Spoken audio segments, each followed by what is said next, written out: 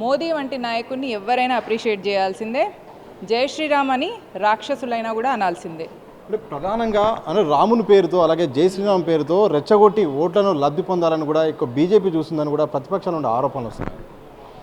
అయోధ్య రామ జన్మభూమి 2019లో జరిగింది. అంతకుముందు భారతీయ Janata party 315 medical కాలేజీలు పెట్టింది. భారతీయ జనతా పార్టీ 7 కోట్ల మందికి ఉజ్వల స్కీమ్ కింద ఫ్రీ సిలిండర్స్ ఇచ్చింది. భారతీయ జనతా పార్టీ 14 కోట్ల ఫ్రీ టాయిలెట్స్ని స్వచ్ఛ భారత్ స్కీమ్ కింద వాటిని కట్టించింది. ఇవేవి కనిపించట్లేదా?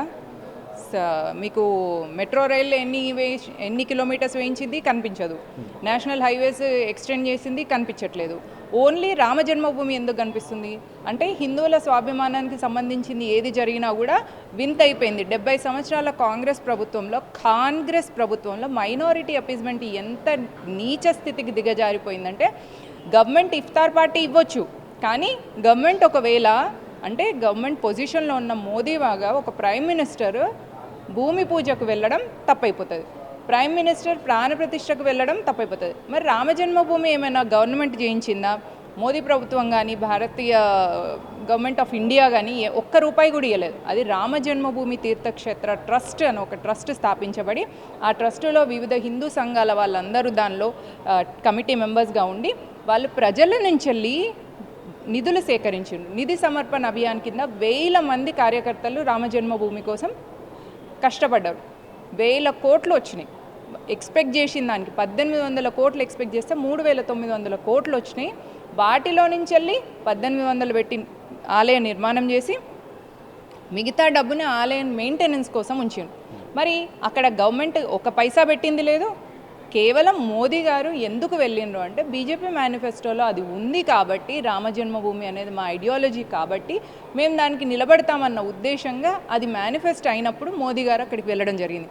మీకు ఏ మెడికల్ కాలేజీలు కనబడవు, మీకు ఏ ఉజ్వల స్కీమ్ కనబడవు, ముద్రా లోన్స్ కనబడవు. మరి వీటిలలో 30 to 33% వరకు ముస్లిమ్స్ కూడా ఉన్నారు లబ్ధిదారుల లిస్టులో మీరు చూస్తే ప్రతి స్కీమ్లో 30 నుంచి 33% వరకు ముస్లిమ్స్ ఉన్నారు. మరి ఇవేం కనిపించినప్పుడు మీకు ఎందుకు రామజన్మభూమి ఒకటే కనిపిస్తుంది అంటే హిందువుల స్వాభిమానం అనేది ఎప్పటికి కూడా నిలబడద్దు అన.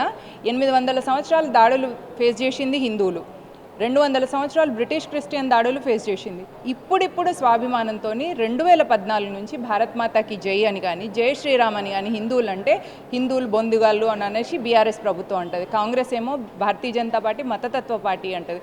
దీన్ని ప్రతి ఒక్క ఓటరు గ్రహించాలి.